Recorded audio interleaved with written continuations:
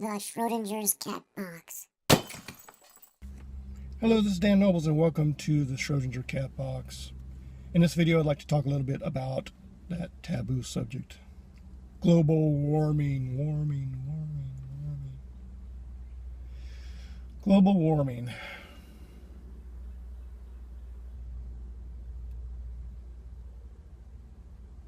I can tell you this, if the Earth is warming up at such an alarming rate on a planet-wide scale,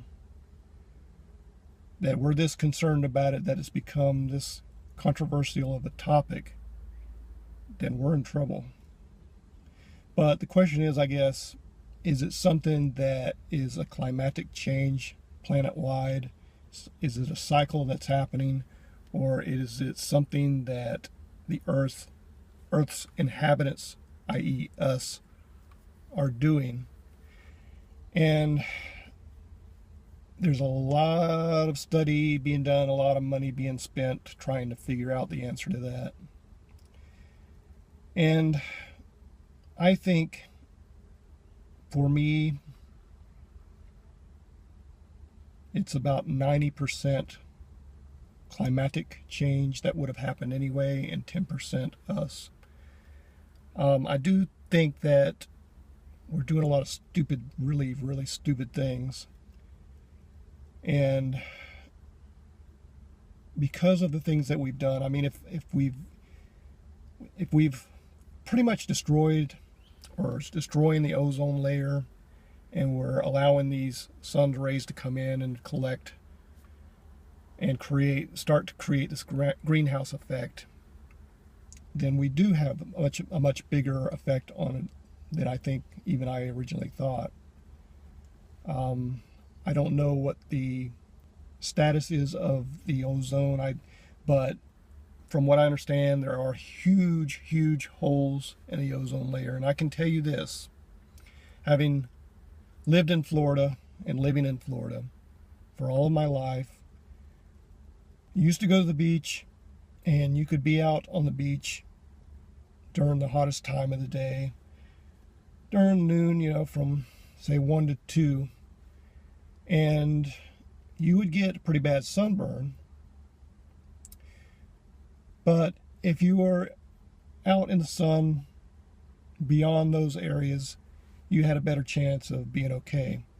But now, if you go out into the sun, or say using the beach as an example again, you go to the beach and you're out there at 4 o'clock in the afternoon without any sunscreen, you're going to get a bad sunburn. And so that is my personal observation of what is happening.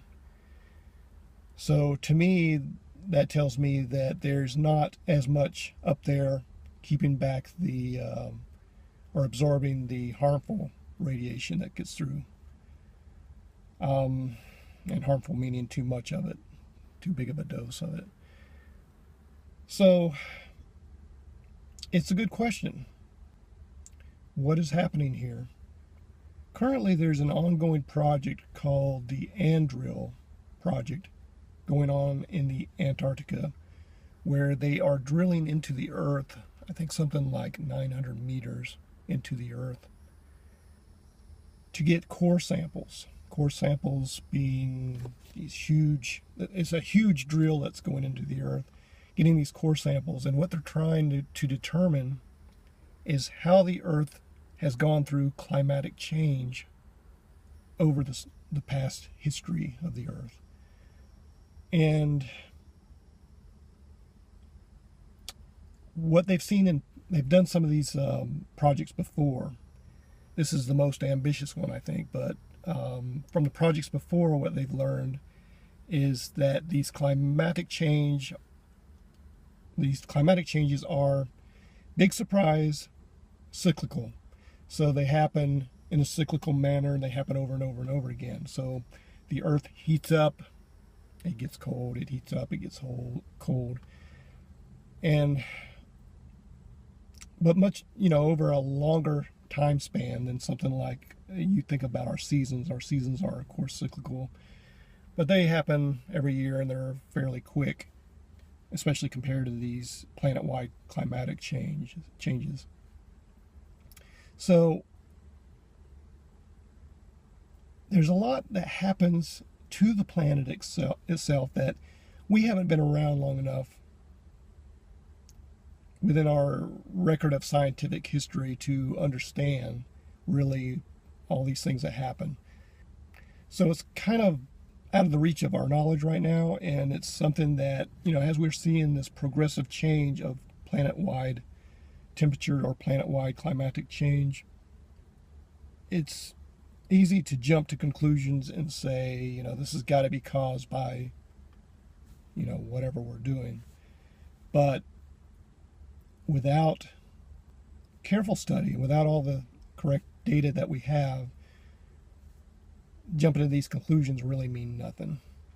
But again, I do want to say I know we're doing a lot of really stupid things, all this carbon monoxide emissions and just polluting our planet and throwing things into, waste into our waters is going to end up killing us if we don't get a handle on it. I'm not a tree hugger by any means, but I know the importance of trees, and I know the importance of keeping our food and our water sources clean and viable.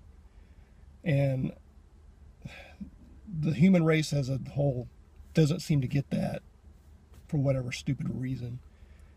Humans are idiots.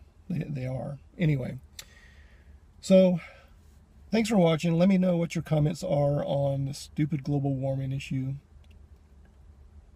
Really, it's simmered down a little bit, but around the early, late 90s, early 2000s, I guess, it was really going strong, and it gets to the point where you're sick of hearing about it. But anyway, let me know. Please subscribe. Thanks for watching. Catch you in the next video.